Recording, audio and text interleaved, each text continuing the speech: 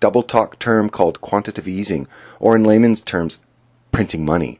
And it bodes ill for current prospective young buyers trying to get their foot on the euphemistically named housing ladder. Even if you're not looking at the extreme examples, the housing market throughout the English-speaking world is becoming ever more lopsided. For those already invested, it's a great scheme that primarily exploits the people buying into the market for the first time.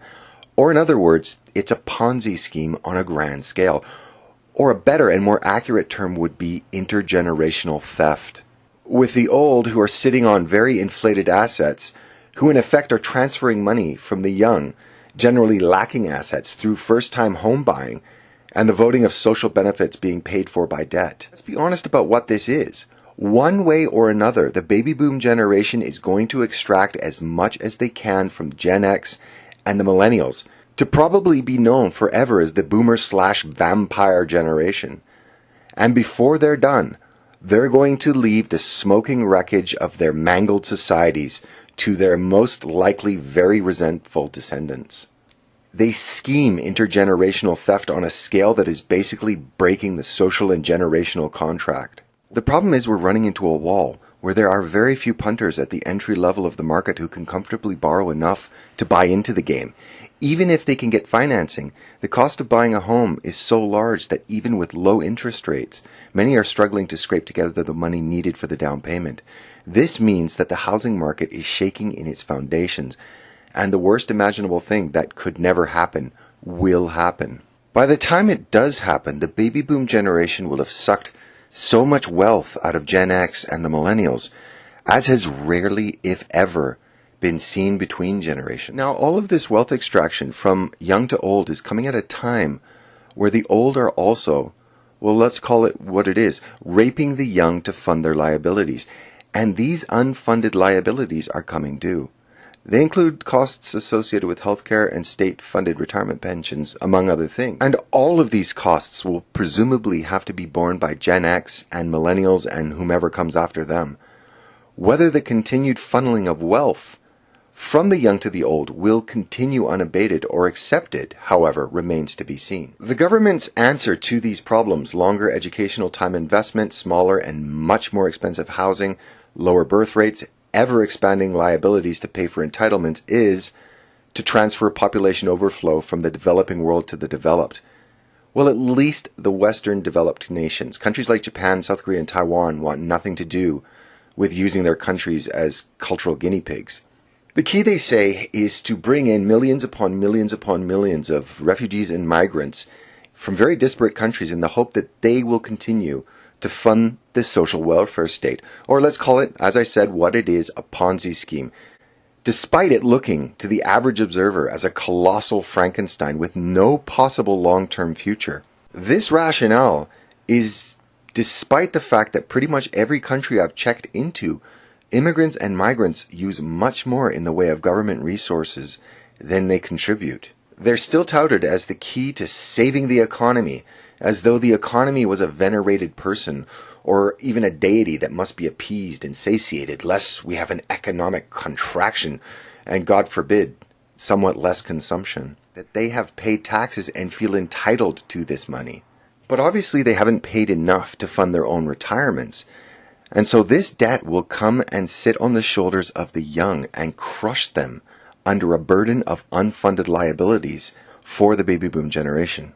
Of course, it was the policies of governments, the reach of banking cartels, and the evolution of corporations, with the offshoring of jobs and changing the color of the pleb class's collar.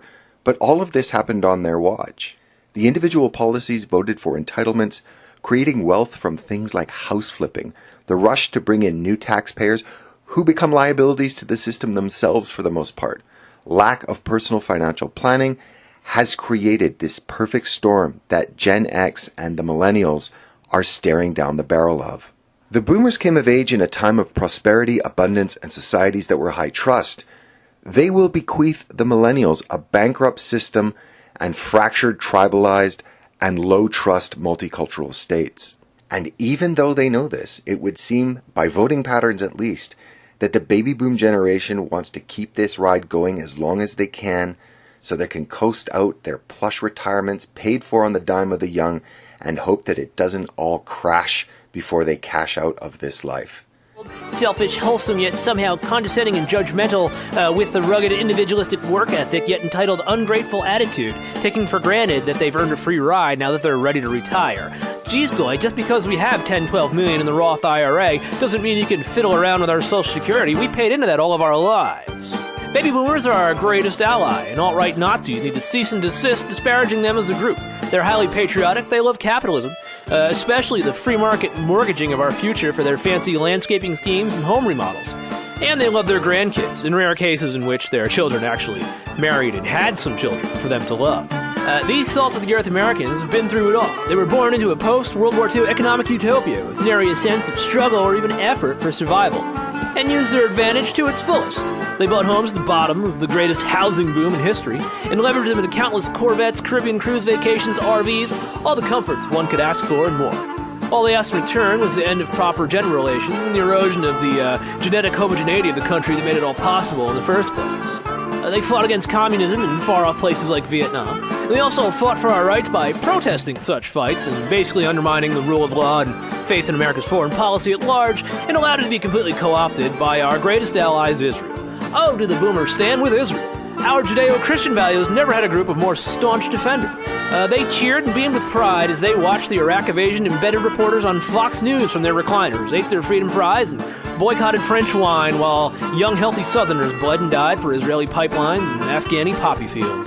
America couldn't have anyone more important to thank than our beloved baby boomers for its future. The question of whether they kept that torch alight, maybe had it burn a little bit brighter, or whether they peed on it from a great height and snuffed the mofo out. And I would argue that the boomers really fall into the second category. They grew up in unprecedented economic opportunities, astounding possibilities, a 40-year housing boom, rapid rises in income and productivity, relative peace, at least compared to the previous 50 years, and amazing opportunities, expanded educational capacities with the GI Bill, and then all of the stuff that happened in the 60s, stable home lives, again, economic opportunities, job security, wealth, and so on.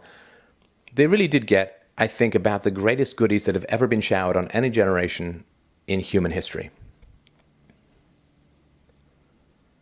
And with all of those benefits, you would really expect that the world that they would pass along to their children would be a better world than the one that they found it. If the generation that was previous to them had managed to fight their way out of the Great Depression and World War II and provide relatively stable and secure home lives for their children, they certainly, you could argue, had passed along a world that was better.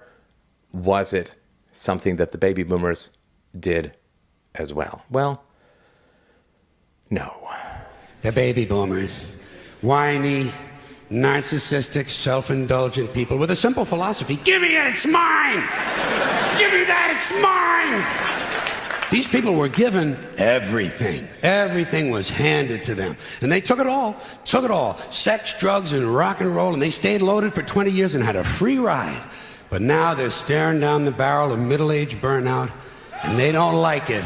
They don't like it, so they've turned self-righteous.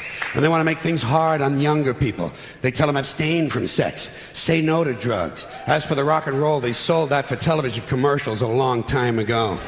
So they could buy pasta machines and Stairmasters and soybean futures. Soybean futures. You know something? They're cold, bloodless people. It's in their slogans, it's in their rhetoric. No pain, no gain. Just do it. Life is short, play hard. It happens, deal with it. Get a life. These people went from do your own thing to just say no. They went from love is all you need to whoever winds up with the most toys wins. And they went from cocaine to Rogaine. And the worst of it is the rest of us have to watch these commercials on TV for Levi's loose-fitting jeans and fat Docker pants. Because these degenerate yuppie boomers couldn't keep their hands off the croissants and the Haagen-Dazs. And their big fat asses have spread all over and they have to wear fat Docker pants. Absolute inability to understand that the world has changed. Yet they keep giving absolutely retarded advice. They literally live in the past and are too stupid to see that the world has changed, and they are absolutely outdated. People who have really no stake in the system except what's good for themselves. And then they say, oh, keep your government hands off my Social Security and Medicare. Then I'm going to go home and rub myself with 32 ounces of Crisco and pray 3 times to Ronald Reagan. In fact, when it comes to entitlements, it's not like you have to cut your own entitlements. Just cut it or reform it for the future. And cut some government spending and stop being so cowardly and saying, yeah, I'm a conservative, I believe in this, but you don't want to make tough sacrifices. Because these things are going to affect the future generations. Now, if you don't care, that's one thing. But if you claim to care, but then you're not willing to make any changes, you're a hypocrite. The baby boomer generation were the generation that received peak levels. And when we say peak levels, we mean more than the generation before and more than the generation after.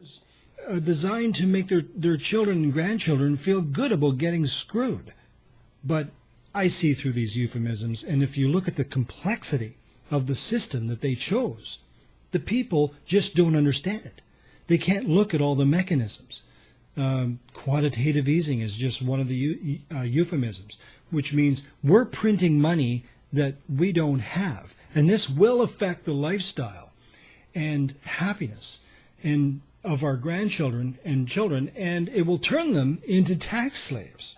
The stock market is up. Fox News is on. Wars for Israel are commencing.